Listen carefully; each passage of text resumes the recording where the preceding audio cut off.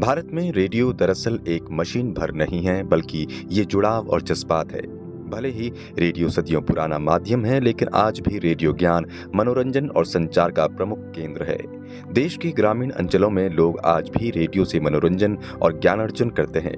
दुनिया भर में युवाओं और आने वाली नई पीढ़ियों को रेडियो के महत्व और इतिहास के प्रति जागरूक करने के लिए हर साल 13 फरवरी को विश्व रेडियो दिवस के रूप में मनाया जाता है।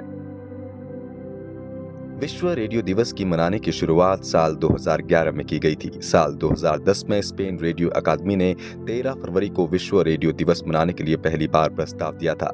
साल 2011 में यूनेस्को के सदस्य देशों ने इस प्रस्ताव को स्वीकार कर लिया और साल 2012 में संयुक्त राष्ट्र महासभा ने इस फैसले का स्वागत किया। तब से हर साल 13 फरवरी को विश्व रेडियो दिवस के रूप में मनाया जाता है। रेडियो को दुनिया के सबसे तेज संचार के माध्यमों में से एक माना जाता है। विश्व युद्ध से लेकर दुनिया की एकता को बनाए रखने में रेडियो का अहम योगदान रहा है।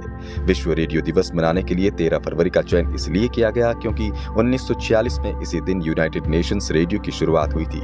इसलिए संयुक्त राष्ट्र रेडियो की वर्षगांठ के दिन ही वर्ल्ड रेडियो डे मनाया जाता है। यूनेस्को हर साल 13 फरवरी को विश्व रेडियो दिवस मनाता है। इस साल 12वें विश्व रेडियो दिवस की थीम रेडियो और शांति है। अभी दुनिया के कई हिस्सों में युद्ध चल रहा है और इसकी वजह से बहुत सारे लोगों को शरणार्थी बनकर दूसरे देशों में जाना पड़ा है। इसलिए ये आशा की जा रही है कि रेडियो के जरिए एक नई शांतिपूर्ण दुनिया कायम हो सकेगी। रेडियो मुश्किल हालात में भी लोगों तक हमेशा की तरह खबरें और मनोरंजन पहुंचाता रहेगा।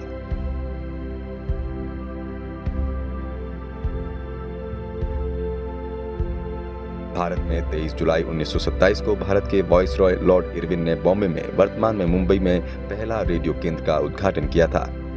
1930 में इंडियन ब्रॉडकास्टिंग कंपनी का राष्ट्रीयकरण किया गया। जून 1936 में इंडियन स्टेट ब्रॉडकास्टिंग सर्विस को ऑल इंडिया रेडियो नाम दिया गया। इसी साल ऑल इंडिया रेडियो के जरिए पहले न्यूज बुलेटिन का प्रसारण हुआ था। हालांकि देश में प्राइवेट तौर पर रेडियो क्लब 1923 से ही शुरू हो गए थे।